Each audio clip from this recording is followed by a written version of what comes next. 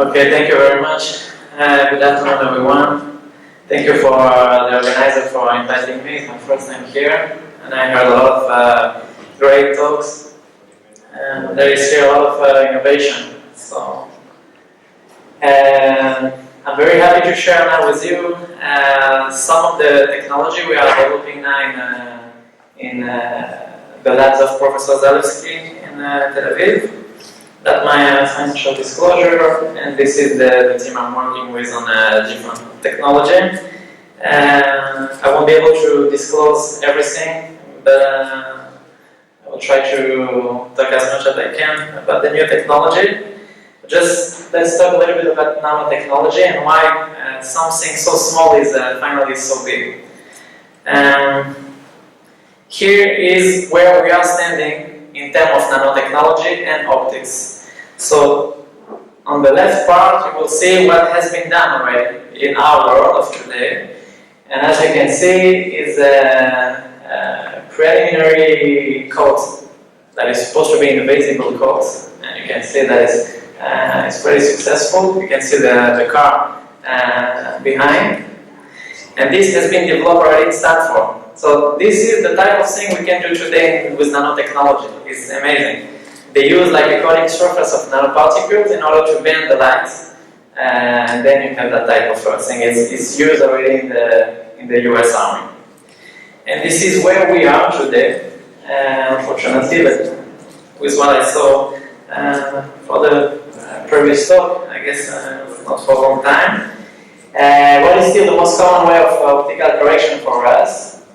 And this is one of my friends, and unfortunately this is exactly the type of correction he has. So we have some benefits and inconvenience, obviously. So there's some kind today of technological gap, right?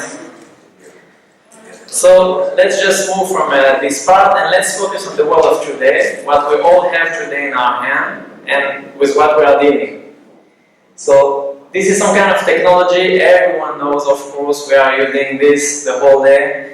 We have today like cameras, telephone, and on the telephone you can like play with the picture, take pictures, send picture, do whatever you want, and it just like hold in your pocket. You can have watch also with all the integrated application. You can see like newspapers, send message, whatever you want, and it comes all the way to our operation room today. And we start to see a lot more of augmented reality with this application, for example, to play your Atari Gaia. So that's the world of today. But if we have to review in terms of what we can offer to our patient, we are still like a little bit behind. Also, it's reasonably good. We are all using today the apodized diffractive optics, which is one of the most successful mechanisms that we have. But still, we have to split the light, lose energy, decrease contrast sensitivity, and when you have a different focus, it means that the light also continues to the retina out of focus, and then we have all those night vision symptoms that we all know, the glares and the halos at night. So we are dealing with this, and this does not really match with the technologies we saw before. So in this context, I'm happy to present some of the technology we are working on at the University of Bar-Ilan in Tel Aviv, that's the Institute of Nanotechnology in Advanced Smadja in Bar-Ilan. So we are working on two different projects. The first one is an intraocular lens. The smart Ruby IOL, that's the team, the researcher, Dave Zalewski, which is the chair of the lab, and Ronald Kruger, that you probably all know here. So the first project is a novel concept of intraocular lens that provide and cover comprehensive ophthalmic care. I will explain a little bit later. There are two parts. The first one is obviously the optical part to treat cataract and presbyopia because of the place of the IOL. And what I can disclose is this. It's like a multiple element lens with a coating surface of nanoparticle that you can tune from outside. And you can see here like a regular lens. And then you can remote and activate enchant the focus from outside to increase the reflectivity, and you can see here that you enchant the reflectivity and you can increase obviously the optical pass and then increase the focus. So it will be used also for adjust the multifocality and also for another option, which is zooming. Zooming is also good for AMD, but also for presbyopia, obviously, and so far we could reach a zoom of 4 times magnification. But now, let's try to see a little bit beyond this. If I'm asking you who today would buy a mobile phone just immediately to call, I guess no one, right? Is there anyone here in the room with this type of phone? Obviously not. So the same question, why would we have to limit our intraocular lens just to see better, right?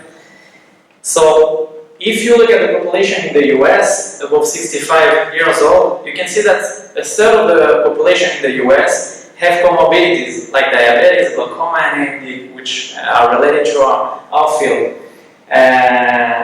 So we patented all the 3 technology that are connected to this IOL in order to do biomonitoring, which is to monitor the glucose inside the eye because of the place of the IOL inside the eyes and the proximity with the vessels, and to monitor IOP from inside the eyes and get this on your smartphone, and also to identify the retinal pattern blood circulation in order to diagnose if you have like a dry macula or a wet macula.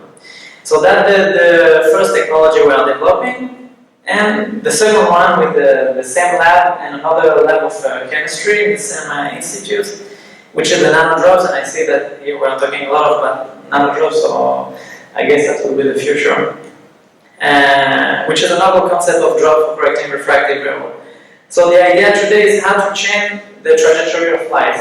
So we know 2 ways basically. The first one is to change the shape, and that's what we do with laser corneal surgery. And the second one is to add another diopter inside the eye, IOL, no matter any kind of lens, in order to change the focus.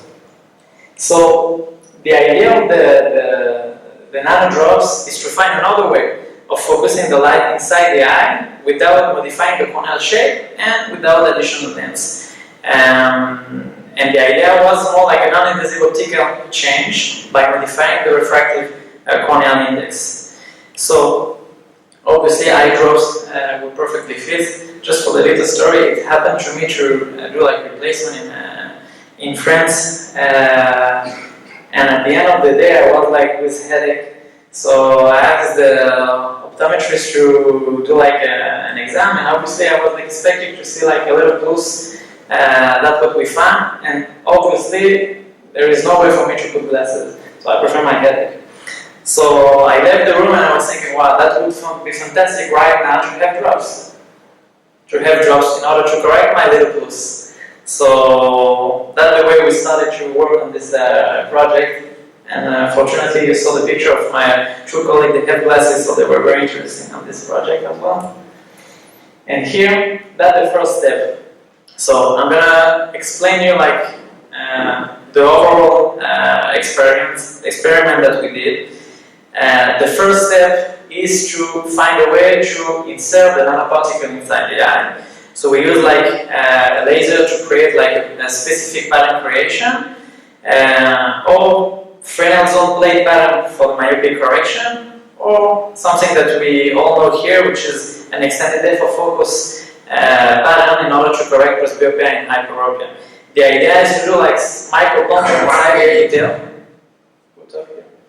It's from here. If the end, almost the end, you'll see that it's just on these 3 steps. The second step is very easy. You put like the nanoparticle with a specific concentration inside onto the corneal epithelium in order to modify the refractive index of the cornea. And here are the results. So far we worked on big eyes, and we did like 4 eyes of big eyes for myopia and 4 for presbyopia. And you can see here that we achieve a mean correction of 2.25 diopter of myopia after 30 minutes. obviously the main question is if we change anything on the keratometry, you can see that there is no change in corneal curvature. And for presbyopia, we could achieve after 45 minutes, and you can see that you increase the magnitude of the correction up to 2.75 diopter of hyperopia, also without any change in the curvature. And this is for you to know and see the nanoparticle. You can see here like a normal cornea, a control cornea on the left side. And here is the cornea filled with nanoparticle, and you can see all those beautiful nanoparticles inside the cornea. And that looks like encapsulated tiny hyperreflective balls from 60 to 80 nanometer. So in conclusion, you can see here the bench of graph organization of the nanoparticle inside the cornea.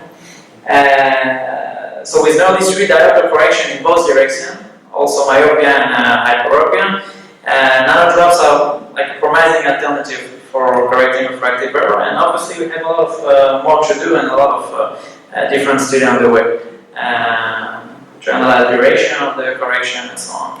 Thank you very much for your attention.